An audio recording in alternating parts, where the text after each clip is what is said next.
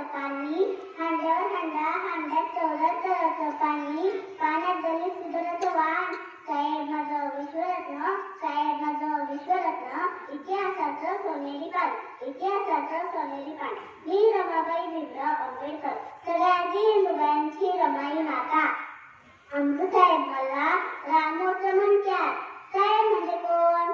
अगं, भारताच्या घटनेचं शिल्पकार, महाज्ञानी, महामानव, सगळ्यांची हिंदुबाई समाजाचं कैवारी डॉक्टर बाबासाहेब आंबेडकर. तुम्हाला सांगू का, जेव्हा माझं साहेबांबरोबर लगीन झालं तेव्हा मी नऊ वर्षाचे होते.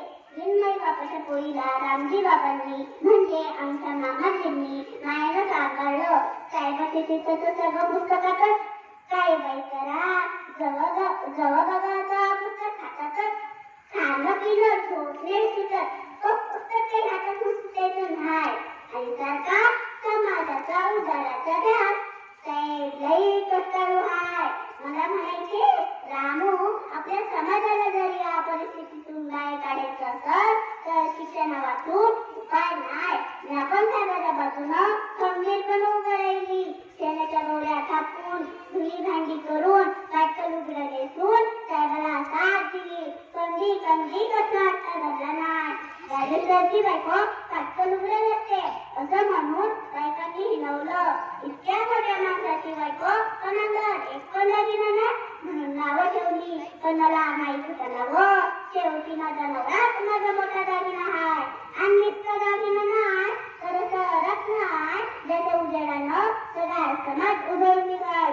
मी एकदा जणाला म्हणतो, तुम्ही मोठं साहेब आहे, देवाच्या कृपेनं त्या सोबत तुम्हाला मान आहे, तर मला पंढरीला घेऊन चला, विठ्ठलाचं दर्शन घेऊन द्या. मला म्हणतात, कसं रामू, जगाच्या सगळ्या देवांनी आपल्याला कायम मंदिरामध्ये ठेवलं.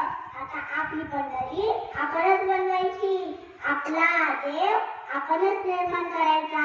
हाय का नाही आपली? आमच्या साहेबाचं असंच सगळं जग आहे. सगळं जग नेतील पण माझ्या हाती कांदा नसत आवडीनं खातील. म्हणतात ना, जरी झाला बॅरिस्टर तरी पडला नाही सर, जरी झाला बॅरिस्टर तरी पडला नाही सर, असं चिरडलं दुश्मन लेखणीच्या तलवारीला. धन्यवाद.